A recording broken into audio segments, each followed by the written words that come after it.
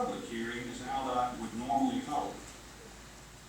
In fact, that hearing occurred here in Scottsboro at the Retcon on February 28, 2002. 16 people attended. It was well advertised as being available to interested parties. It was advertised on 4 separate dates in April of 2002 in the Mobile Register, the Montgomery Advertiser, and the Birmingham News. Now, the newspaper landscape has changed a great deal since that time, but I think we would all agree that in April of 2002, that pretty well covered our state, and there were no responses to the ads. So subsequent to that, and as a part of the process of getting the new bridge approved for a permit by the United States Coast Guard, we were required to, and did, agree with the Coast Guard that we would remove the old bridge when the new bridge is complete. And in fact, pursuant to the new bridge. So to be frank, we will have a high hill decline to reverse all the history I just recited. I'm committed to spending as much time here tonight as we need to hear all reasonable comments. In a minute, Mr. Tony Harris will explain to you how we manage that process to ensure that everyone who wishes to speak is allowed to do so. In addition to that, my office will accept written comments from any of you or any other interested party for a week after this hearing. Before we begin the hearing portion of the evening, though, I think I would be derelict if I did not provide you with some information. Our history, a long history at ALADOT with bridges being kept, has not been good. In fact, it's been pretty terrible. In addition to that, my office will accept written comments from any of you or any other interested party for a week after this. Another thing I need to tell you is that we have performed only necessary maintenance on the bridge for several years because it is scheduled to come down. And so we didn't want to spend money that didn't need to be spent in the context that we've been operating the bridge. At this point in time, very soon, not tomorrow, but very soon, the bridge will have to be painted. It is largely constructed of steel, rivets and bolts and beams and things of that nature, and rust is counterproductive to it remaining standing. So it's going to have to be painted. That's going to cost about $3 million. And someone will have to pay for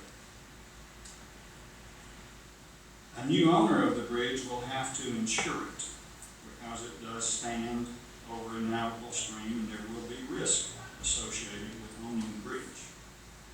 And there will be liability that could attach to an owner, so it will have to be insured. We assume that an insurer will require you to continue in some form to inspect the bridge on some regular basis. Currently, we're inspecting it once a year. It has a sufficiency rating, I believe, of about 46 out of 100. That means it is eligible for replacement under federal standards if it rates below 50. It also is functionally obsolete from a transportation standpoint because of its width and its height. Not going to bother you much if you walk over it, but you still have the risk that it stands over traffic on the river, or that people might walk over and fall. So that risk will have to be addressed. We are currently inspecting it once every year. We don't know what the frequency might be required by the insurer, but based on hiring people to inspect other bridges, we do some of our own inspection and some of it we contract. Our estimate is that that'll cost about $100,000. And anyone owning the bridge would need to be prepared to address that ongoing cost, both the insurance, which I do not know the number, and we think an insurer would require periodic inspection so that they could be sure the bridge was being kept in good condition. As I told you, we've done nothing but necessary repairs to the bridge in the short run. We believe that for the long-term retention of the bridge, there would be $500,000 to $1 million worth of repairs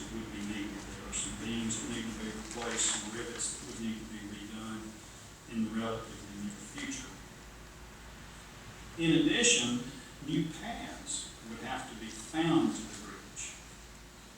On the east end of the bridge, as you know, the new bridge will connect to the existing roadway.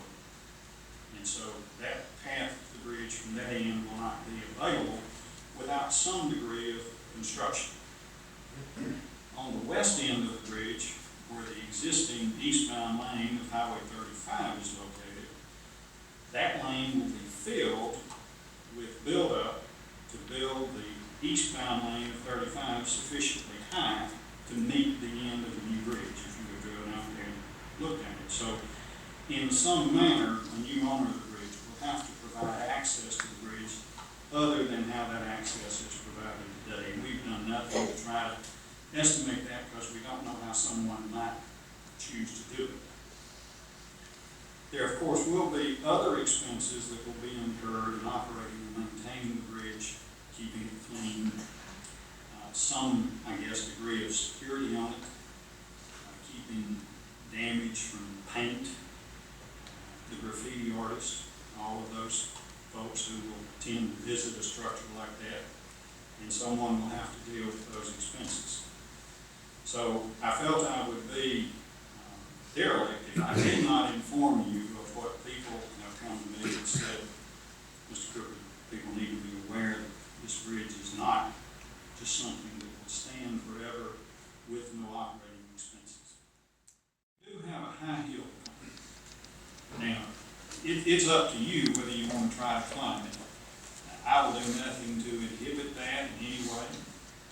And you would, as I see it, the things you would have to do would be, first, you do have the hurdle of convincing the Coast Guard that the bridge could stay in the water. They're the applicable authority for it, not me. If you did that, you would have to demonstrate, I believe, the financial ability to do the things you would need to do. I have said on a couple of occasions that I believe you would have to find a governmental entity that would be willing to step up and take responsibility for the bridge. It will be difficult, I think, for a private organization to demonstrate the kind of financial resources and commitment. You know, for example, let me just give you a number. If it does cost $3 million to paint the bridge, all 6,000 people who have signed the petition is the number I was given, I don't know if it's right, they could give you $500 apiece, and you'd have $6 million, or $3 million. But then you'd still have the other things to do. So, I don't mean to discourage you or encourage you, but I do feel obligated to be sure you have some facts. We've all gone to the trouble to come here tonight. You've come, we've come. So we ought to be able to leave with some common understanding. It will be a high hill to climb. This will not be an ALADOT project to preserve the bridge. I don't believe our money could even be spent for a historical preservation project in the absence of a road building need. And as I explained to you earlier, the regulatory process from our standpoint was over in 2002. We had done all the things that we needed to do. We had complied with all the rules. We've even complied down to obtaining Fish and Wildlife's permission to remove the osprey. And so all of that process has occurred. I'm sure you feel it's unfortunate that it occurred in front of your interest, but it was publicized at the time. I don't know why there was no more interest at the time when it was publicized. Perhaps the euphoria over a new bridge sort of lulled everyone into inattention. I'm just not sure. I was living at South Saudi at that time. I don't remember having an involvement in it in any way. I don't remember being concerned about it. I drove over the new bridge, what was then the new bridge, every morning going to work, and the old one every evening coming home. And so I got to know that road very well. I could tell you the time from South Saudi to numerous waypoints along the path to Huntsville as I drove it from 2000 until I retired in 2008. But I think we do need to sum up that you do have a high hill to climb.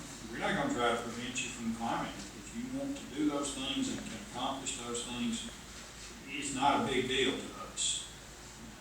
The thing that we need you to understand, it's not going to be an ALADOT project. And if you need information from us, we'll do our best to provide you information. I understand there was a PowerPoint that you wanted to present tonight. If you wish to send that PowerPoint to my office, I can assure you we'll review it. And as I said earlier, we'll take written comments from anyone who wants to submit them for the next week. It's not an official process on our part. In fact, we don't have an official process for what we're doing. But your delegation asked us to come, and as I said earlier, I have memories of the bridge. I appreciate you coming. I appreciate your orderliness. I appreciate your sincerity. And we wish you good.